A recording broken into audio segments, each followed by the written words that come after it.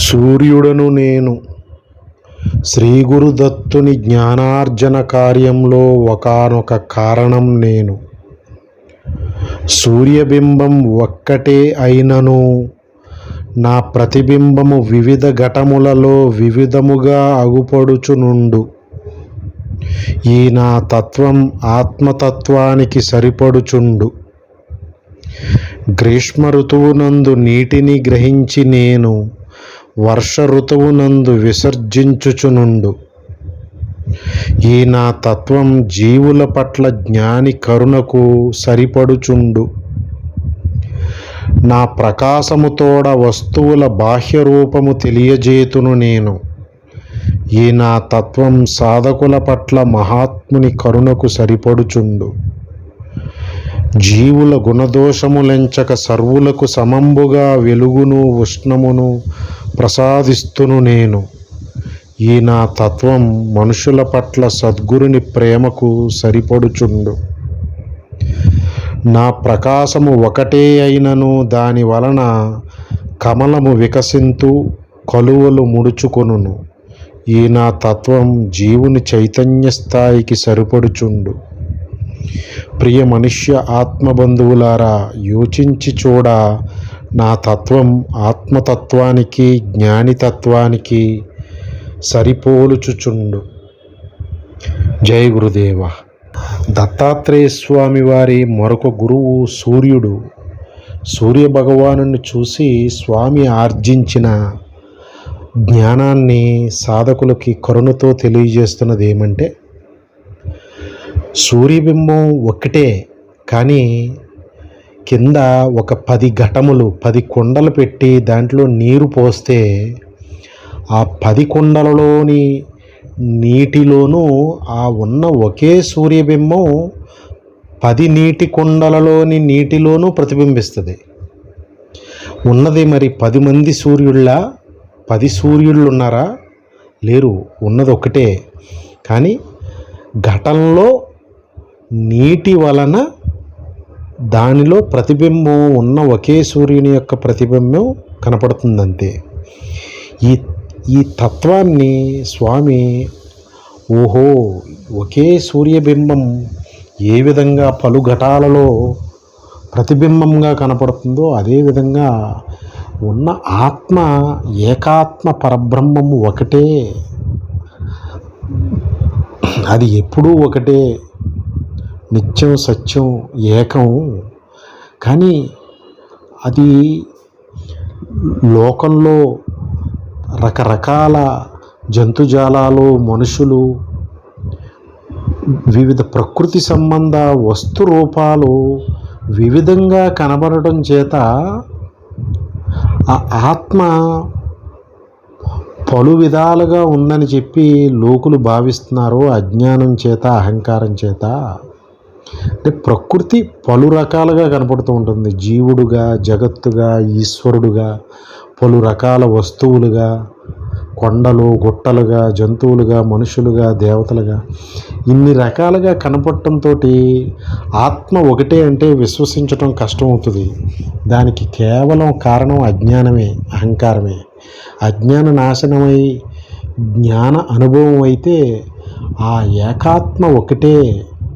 ఈ కనపడేదంతా కూడా ఆ ఆత్మే ఈ విధంగా కనపడుతుంది అని అనుభవం అవుతుంది అని నేను గ్రహించాను. మీరు కూడా సాధన చేసి జ్ఞాన సంపార్జన చేసి అహంకార నాశనం జరిగితే ఆ జ్ఞానం యొక్క అనుభవ ఆధారంగా ఈ ఆత్మ ఒకటే అయినప్పుడు కనిపించే జీవ జగదీశ్వరులు కూడా ఆ ఆత్మే అయి ఉండాలి. 2 కాదు, 10 కాదు, 100 ఆత్మలు లేవు, ఒకే ఆత్మ ఇన్ని రకాలుగా ప్రకాశిస్తున్నది అది అని నేను గ్రహించాను అని చెప్పి స్వామి సూచిస్తున్నారన్నమాట.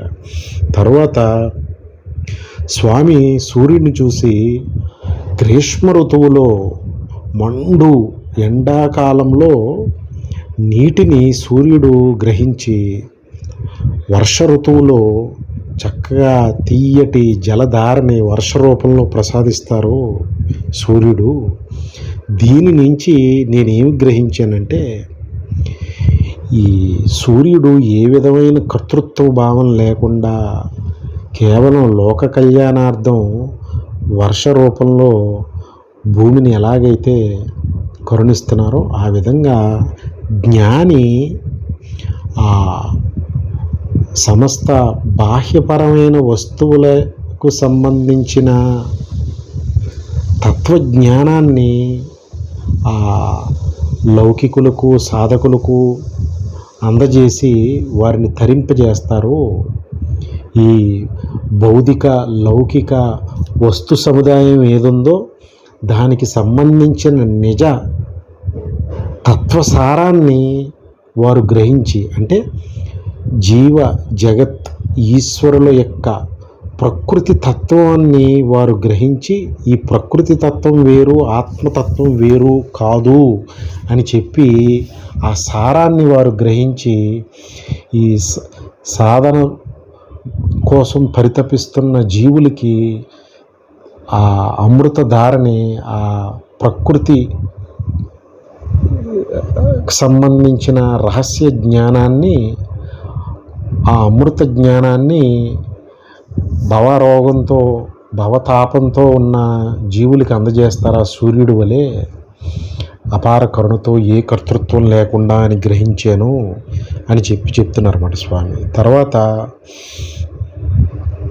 సూర్యుడు తన ప్రకాశంతో ప్రపంచంలోని వస్తువులన్నిటినీ వాటి బాహ్య రూపాన్ని కనపడేలా చేస్తున్నారు తన యొక్క ప్రకాశంతో. అలాగే మహాత్ములు, జ్ఞానులు, జీవన్ముక్తులు ఈ సాధకులకి తరించటానికి పరితపన పడుతున్న జీవులకి వారి యొక్క ఆత్మజ్ఞాన వెలుగును ఈ అజ్ఞానాంధకారంలో ఉన్న జీవుల మీద ప్రకాశింపజేసి వారిని ఆత్మజ్ఞాన అనుభవైక స్థితికి తీసుకువెళ్ళేలాగా ఈ జ్ఞానులు లోకంలో ఉన్న వస్తు సముదాయం, ప్రకృతి మాయా విలాసానికి సంబంధించిన అజ్ఞానాంధకారం మీద ఈ జ్ఞాని యొక్క జ్ఞానానుభవం, ఆత్మానుభవ ప్రకాశాన్ని ప్రసరింపజేసి సాధకులకి, జీవులకి ఈ ప్రకృతి యొక్క, ఆత్మ యొక్క నిజ తత్వాన్ని స్పష్టంగా తెలియజేస్తున్నారన్నమాట. సూర్యుడు తన వెలుగుతో బాహ్య ప్రపంచపు వస్తువుల్ని ఎలాగైతే కనపడేలా చేస్తున్నారో అలాగా ఈ జ్ఞాని సాధకులు, జీవులకి ప్రకృతి తత్వం, ఆత్మతత్వం యొక్క స్పష్టమైన ప్రకాశాన్ని, జ్ఞానాన్ని అందజేస్తున్నారు అని చెప్పి గ్రహించాను అని చెప్తున్నారన్నమాట. తర్వాత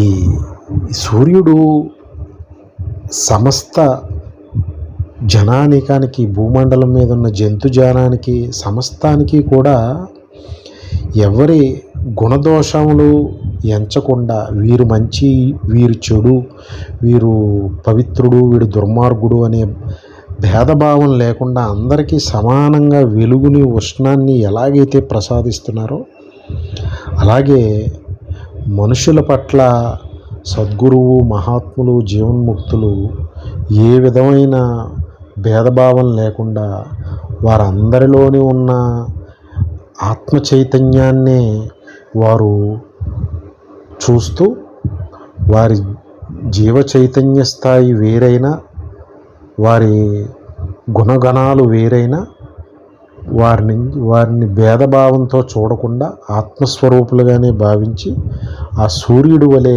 గుణదోషాలు ఎంచకుండా ఉష్ణ ప్రకాశాన్ని ఎలాగిస్తున్నారో అలాగా మహాత్ములు, సద్గురువులు, జ్ఞానులు కూడా సమస్త జీవరాశులను ఏకాత్మ భావంతో చూస్తూ వారి గుణదోషాలు ఎంచకుండా వారికి ధర్మబోధ, సాధనా సంబంధ సూచనలు, జ్ఞానబోధ చేసి వారిని పవిత్రులుగా గావించే ప్రయత్నం నిరంతరం చేస్తూ ఉంటారు మహాత్ములని గ్రహించాను అని చెప్తున్నారు అన్నమాట స్వామి. అలాగే సూర్యుడిని చూసి ఈ సూర్య ప్రకాశం ఒకటే, కానీ అదే ప్రకాశానికి కమలం వికసిస్తే కలువలు ముడుచుకుంటాయి. దీన్ని చూసి నేనేం గ్రహించానంటే, ఆ సద్గురువులు, మహాత్ములు, జీవన్ముక్తులు వారు సాక్షాత్ ఆత్మస్వరూపులు, రక్త మాంసాలతో తిరుగుతున్న ఆత్మస్వరూపులు. దేహం భూమి మీద నడయాడుతున్న దైవం, ఆత్మే భూమి మీద నడయాడుతున్న స్వరూపాలు వారు.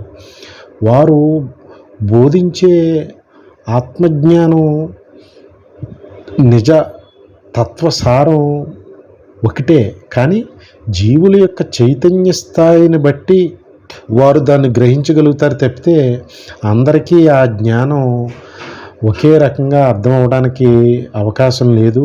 ఏ విధంగా అయితే సూర్యుడి యొక్క వెలుగు ఒకటే అయినా కమలం వికసించి కలువలు ముడుచుకుంటున్నట్టు ఈ మహాత్ముల, సద్గురువుల, జీవన్ముక్తుల కరుణ, అపార కరుణ, ఆత్మజ్ఞాన బోధ నిరంతరం వెదజల్లుతున్న వారి జీవన విధానం ద్వారా, వారి బోధ ద్వారా, వారి ప్రతి కదలిక ద్వారా ఆత్మజ్ఞాన బోధ విరజిమ్ముతున్న దానిని జీవులన్నీ ఒకేలాగా స్వీకరించలేవు, గ్రహించలేవు, ఆకలింప చేసుకోలేవు, అనుభవికం చేసుకోలేవు. దానికి కారణం వారి చైతన్య స్థాయి వివిధ స్థాయిలలో ఉందే. తమో గుణ స్థాయిలో, రజోగుణ స్థాయిలో, సత్వగుణ స్థాయిలో, శుద్ధ సత్వగుణ స్థాయిలో, రకరకాల గుణగణాలతో చైతన్య స్థాయిలో ఉన్న జీవులు ఒకేలాగా ఈ మహాత్ముల యొక్క బోధన గ్రహించలేరని తెలుసుకున్నాను నేను అని చెప్తున్నారు అన్నమాట స్వామి. అంటే ఈ మొత్తాన్ని బట్టి స్వామి సూర్యుడి యొక్క తత్వాన్ని గ్రహించి దానిని ఆత్మతత్వం ఇదే కదా, ఉన్న ఒకే సూర్యుడు వివిధ రకాలుగా వివిధ ఘటాల్లో ప్రకాశిస్తున్నట్టు ఉన్న ఒకే ఆత్మ ఇంతమంది ఈ దేహాలలో, జంతు దేహాల్లో, మనుష్య దేహాల్లో, ప్రకృతిలో, కొండలో, కోణలో, వృక్షంలో, దైవంలో, అన్నిటిలోనూ ఉన్న ఆత్మ ఒకటే. కానీ ఇన్నిగా కనపడటంతో అజ్ఞానవశాన్ని ఈ ఆత్మ పలు విధాలని అనుకుంటున్నారు. కానీ అది ఏకాత్మ. కనపడుతున్న దృశ్యమాన జగత్తంతా కూడా అది ఆత్మే, ఆత్మస్వరూపమే అవ్వాలి తప్పితే ఇంకో రెండోది అవ్వటానికి అవకాశం లేదని మహాతత్వాన్ని తెలియజేసి, ఆ సూర్యుని వలె జ్ఞానులు, మహాత్ములు, జీవన్ముక్తులు కర్తృత్వ భావన లేకుండా అపార కరుణతో, నిస్వార్థ భావనతో లోక కళ్యాణార్థం వారు ఆచరించవలసిన కర్మలు లేకపోయినా ఏ విధంగా లోకోద్ధరణ గురించి దేహంతో నడయాడుతూ ఈ సాధకులని, జీవులని ఉద్ధరించడానికి ఏ విధంగా పరితపన పడతారో సూర్య భగవానుడి వలె సమన్వయం చేసి చెప్తున్నారన్నమాట. సర్వం శ్రీ సద్గురార్పణమస్తు. జై గురుదత్త.